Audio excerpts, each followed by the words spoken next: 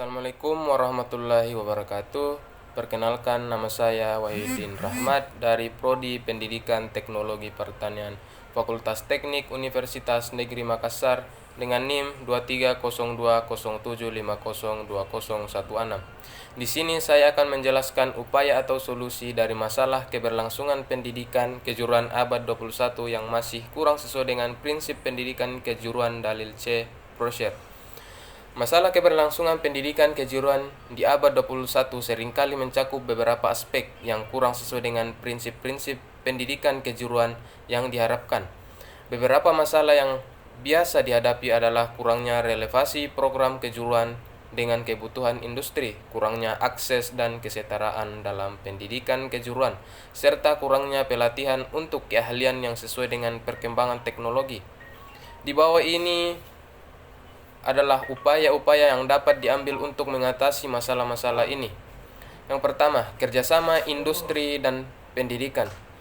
Salah satu solusi utama adalah membangun kemitraan erat antara lembaga pendidikan kejuruan dengan industri. Ini dapat mencakup magang, program pembelajaran berbasis proyek, atau keterlibatan aktif dari perusahaan dalam merancang kurikulum. Dengan cara ini, pendidikan kejuruan dapat lebih sesuai dengan kebutuhan industri, menghasilkan lulusan yang siap terjun ke dunia kerja. Fleksibilitas kurikulum.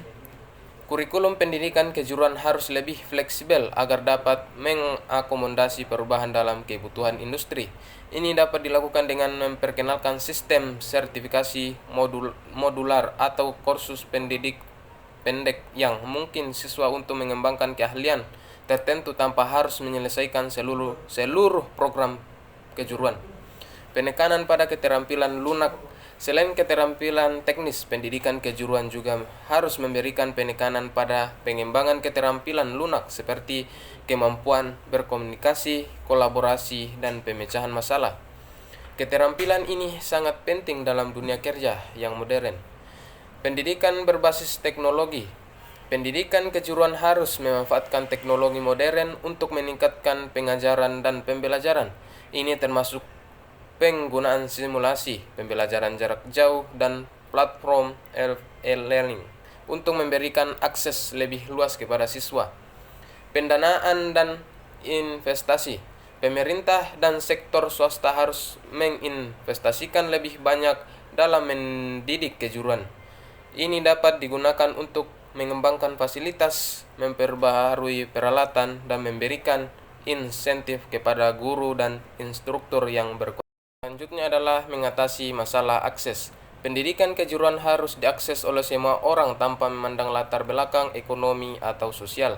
Program beasiswa, dukungan keuangan, atau pembangunan pusat-pusat pelatihan di daerah terpencil dapat membantu mengatasi masalah akses ini. Pendidikan seumur hidup. Konsep pendidikan kejuruan tidak hanya berlaku bagi siswa muda yang baru lulus dari sekolah menengah.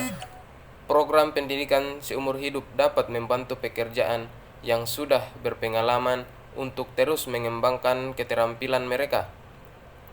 Sepanjang karir mereka, evaluasi dan perbaikan berkelanjutan. Sistem pendidikan kejuruan harus melibatkan proses evaluasi berkelanjutan dengan respon cepat terhadap perubahan dalam kebutuhan industri. Ini memastikan bahwa program-program tersebut tetap relevan dan efektif. Upaya-upaya ini adalah langkah-langkah dapat diambil untuk meningkatkan keberlangsungan pendidikan kejuruan di abad 21. Dengan kemitraan yang kuat antara industri dan pendidikan, fleksibilitas dalam kurikulum, investasi yang memadai, dan fokus pada pengembangan keterampilan yang diperlukan, kita dapat memastikan bahwa pendidikan kejuruan tetap relevan dan bermanfaat bagi para siswa dan masyarakat. Sekian dari saya. Assalamualaikum warahmatullahi wabarakatuh.